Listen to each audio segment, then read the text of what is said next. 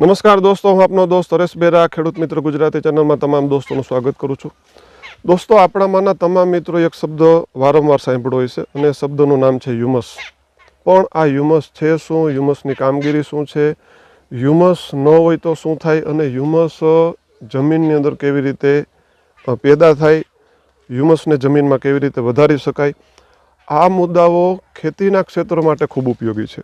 આ મુદ્દાઓ સમજ્યા વગર જો આપણે ખેતી કરશું તો ખેતીનું જે ભવિષ્ય છે કે ખેતીની અંદર જે આપણે ઉત્પાદન મેળવવાની આપણી જે તમન્ના છે એમાં ક્યાંક ને ક્યાંક આપણે સફળ નહીં થઈએ।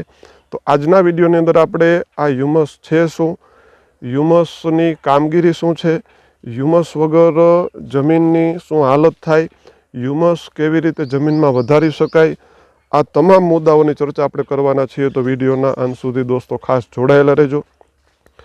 નવા મિત્રો જે આપણો વિડીયો જોવે છે તમામ મિત્રોને ખાસ વિનંતી કે ખેડૂત મિત્ર ગુજરાતી ચેનલને સબસ્ક્રાઇબ કરી લેજો અને બાજુનું બેલ આઇકન ટચ કરી ઓલ ઉપર સેટ કરજો, જેથી નવા વિડીયોની માહિતી દોસ્તો આપને મળતી રહે।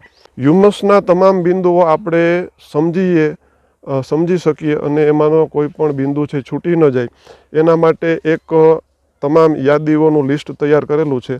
આ એટલા માટે તૈયાર કરેલું છે કે એક એક બાબતને, એક એક મુદ્દાને આપણે ધ્યાનપૂર્વક સમજી શકીએ। તો હ્યુમસ છે એ માટીની અંદર સમાયેલો એક કાર્બનિક પદાર્થ છે અને એ જમીનના બંધારણનો મુખ્ય કારક છે। મુખ્ય કારક એટલે એના વગર તમામ પોષક તત્વો, તમામ વસ્તુઓ આના વગર નકામી છે। આ વસ્તુ આપણે ખાસ દોસ્તો યાદ રાખવાની છે। હ્યુમસ છે એ જમીનના બંધારણનો મુખ્ય કારક છે।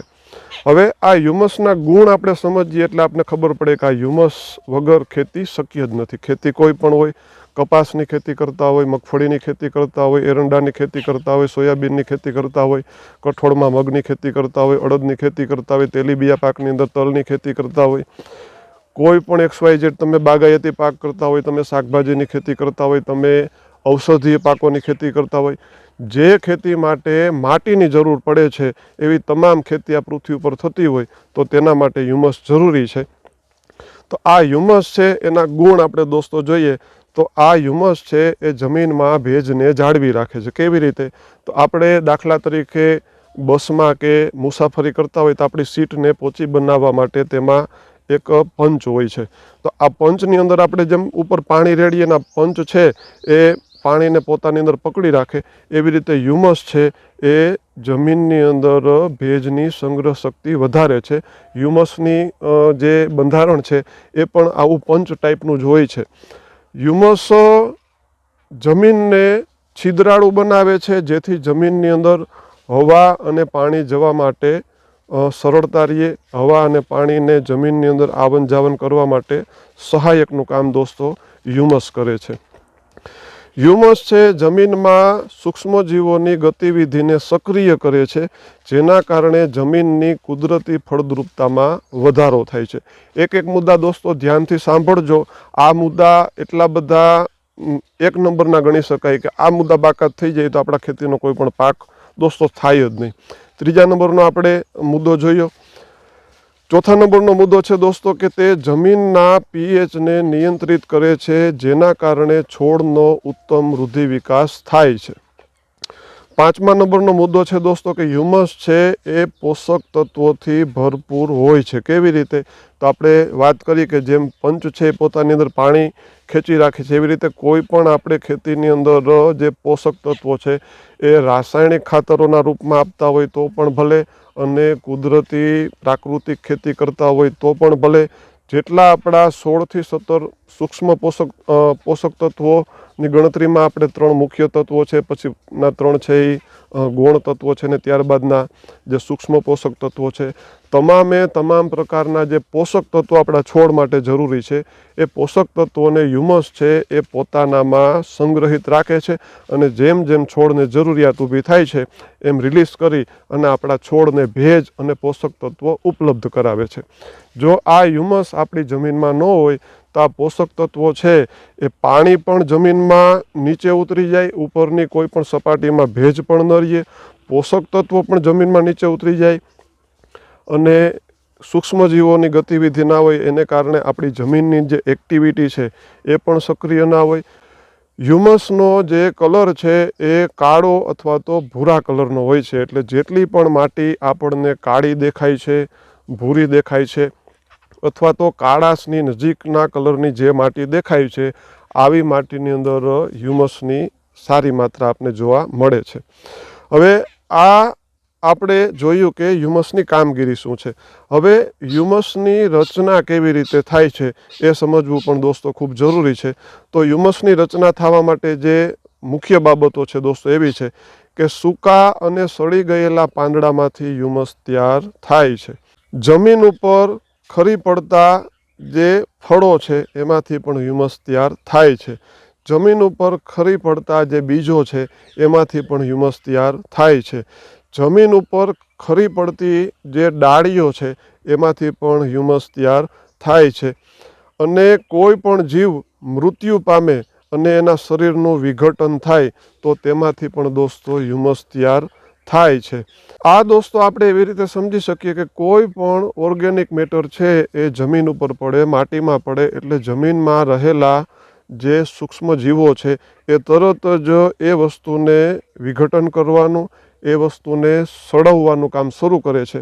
અને એ કોઈ પણ ઓર્ગેનિક મેટર છે, પાંદડા છે, ડાળી છે, ફળ છે, કોઈ પણ મૃત શરીર છે, જમીનમાં જાય એટલે સડવાની પ્રક્રિયા ચાલુ થાય અને સડતા સડતા સડતા સડતા એ એટલા સ્ટેજ સુધી પહોંચે કે ત્યાંથી એ વસ્તુનું વિઘટન શક્ય નથી, એ વસ્તુનું સડવું શક્ય નથી અને ત્યારે જ છેલ્લે જે પદાર્થ બાકી રહે એને દોસ્તો કહેવામાં આવે છે હ્યુમસ. આ હ્યુમસ જ આપણે અગાઉ વાત કરી એમ જમીનનો પ્રાણ છે. હવે આ હ્યુમસને વધારવા માટે અમુક આપણા જે જીવો છે ને ખાસ કરી અને જે અળસિયું છે, અળસિયું આ હ્યુમસને બનાવવામાં અને એને વધારવામાં ખૂબ જ મદદરૂપ થાય છે. હવે આ હ્યુમસ હાલની પરિસ્થિતિમાં આપણી જમીનમાં જો આપણે વધારવો હોય તો એના માટેના મહત્ત્વના પગલાં કયા છે એ જાણવા પણ ખૂબ જરૂરી છે.